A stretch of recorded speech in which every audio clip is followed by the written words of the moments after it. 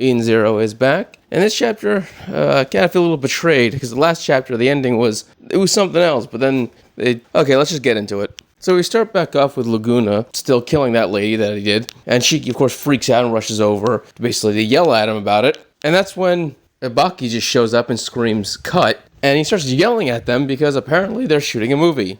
Yeah, so that whole thing about him killing a woman, that was just acting. The woman's fine. She gets up, wondering what the hell's going on. Basically, it's a giant fight that ensues where they're all just arguing with each other about them ruining the scene.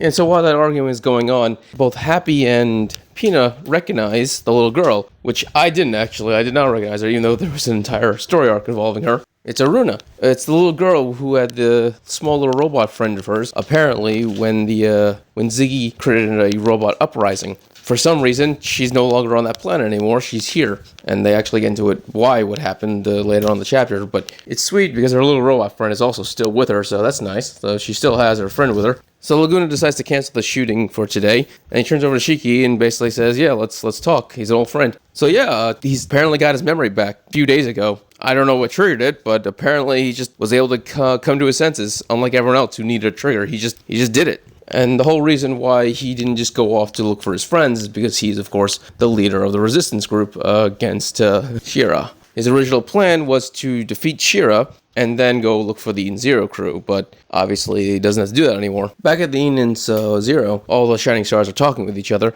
They're discussing how Void is now his own body for the Eden 1, because so he doesn't need Ziggy anymore. And they're wondering how he's able to create that body from scratch, how just from nothingness. And Valkyrie implies that maybe he didn't. There's a high possibility that Void could be just like the rest of them. His body could be from a human. Which makes me think if Void used to be human and he was turned into an android, and the Eden 1 then merged its AI brain into the body, there's a high possibility that Void isn't actually the Eden 1, it's some kind of hybrid between a human and the AI. The real question is, who is this person? Who is the base component? And most likely, they're probably someone who is probably involved with Shiki, because we know Shiki's origin is actually quite important. It was so important that Ziggy was actively hiding it from Shiki. God, that's a weird statement to make since they're both Shiki, but it doesn't matter. So back down the planet, Lugna basically tells them that, unlike before, the Resistance is actually quite powerful, and they actually have the ability to take on Shira. I don't think this is true. I think they're going to get curb stomped by Shira. But he says he has the power to do it, and he's going to do it now. He's going to kill Shira and free the AO Cosmos. The AOE Cosmos, however you pronounce it. Yeah, she just shuts that down immediately and says he's going to make friends with Shira. Which, as you can imagine, leads to another argument about how Shira is a monster and he has to be taken out. Shiki knows he's a monster, but he's not listening. And Shiki's response is, well, we're in a different world now. Like, I made friends with Drac and Joe and Nero. Everyone else in the crew was like, no, you didn't. No, you didn't. They just didn't want to deal with you anymore. Homura then says that her mother's also changed, that people aren't as evil as they once were. They aren't the same as they were in the other worlds. As you can imagine, this actually slightly convinces Laguna, because he then states that Shira has been quiet lately. He hasn't really been doing anything evil like before, where he tried to wipe out all the machines. That's when Rebecca finally asked, what is Arena doing here? And apparently what happened was, once again, there was a robot uprising. But, Ziggy's dead this time, so it couldn't have been him. And it's revealed that the one who did the uprising this time was Master Xenolith. Yeah, so Master Xenolith apparently is doing what Ziggy did in the old world. He's, sending out a virus to turn robots against humanity, and then is leading uprisings and basically destroying everything. For some reason, Xenolith is an actual villain. So, because the uprising happened in the forest, she's like, okay, then I'll just go there. I'll talk with him, we'll sort this out. And it's revealed that it doesn't exist anymore. Apparently, he used his gravity to annihilate an entire planet. Yeah, apparently the old man can destroy planets just by crushing them with gravity. That's a thing. What?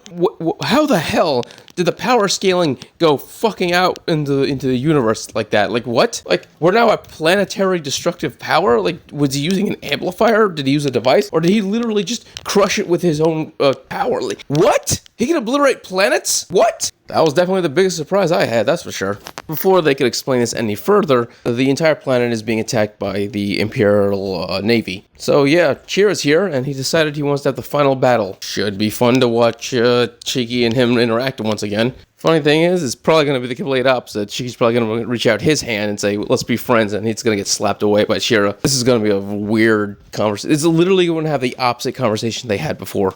Based on where the story's going, Shira should be a better person, but at the same time, Nero very much was scared of him, and he wanted someone to take him out. He wanted his own son to be killed, basically, because of just how evil he saw him to be. So Shira's personality may not have changed. It's really hard to tell. I guess we'll have to just wait until we can find out. Okay, if you enjoyed this video, please subscribe, give a thumbs up, so you can enjoy more Eden Zero and other anime things. Thank you, and have a great day.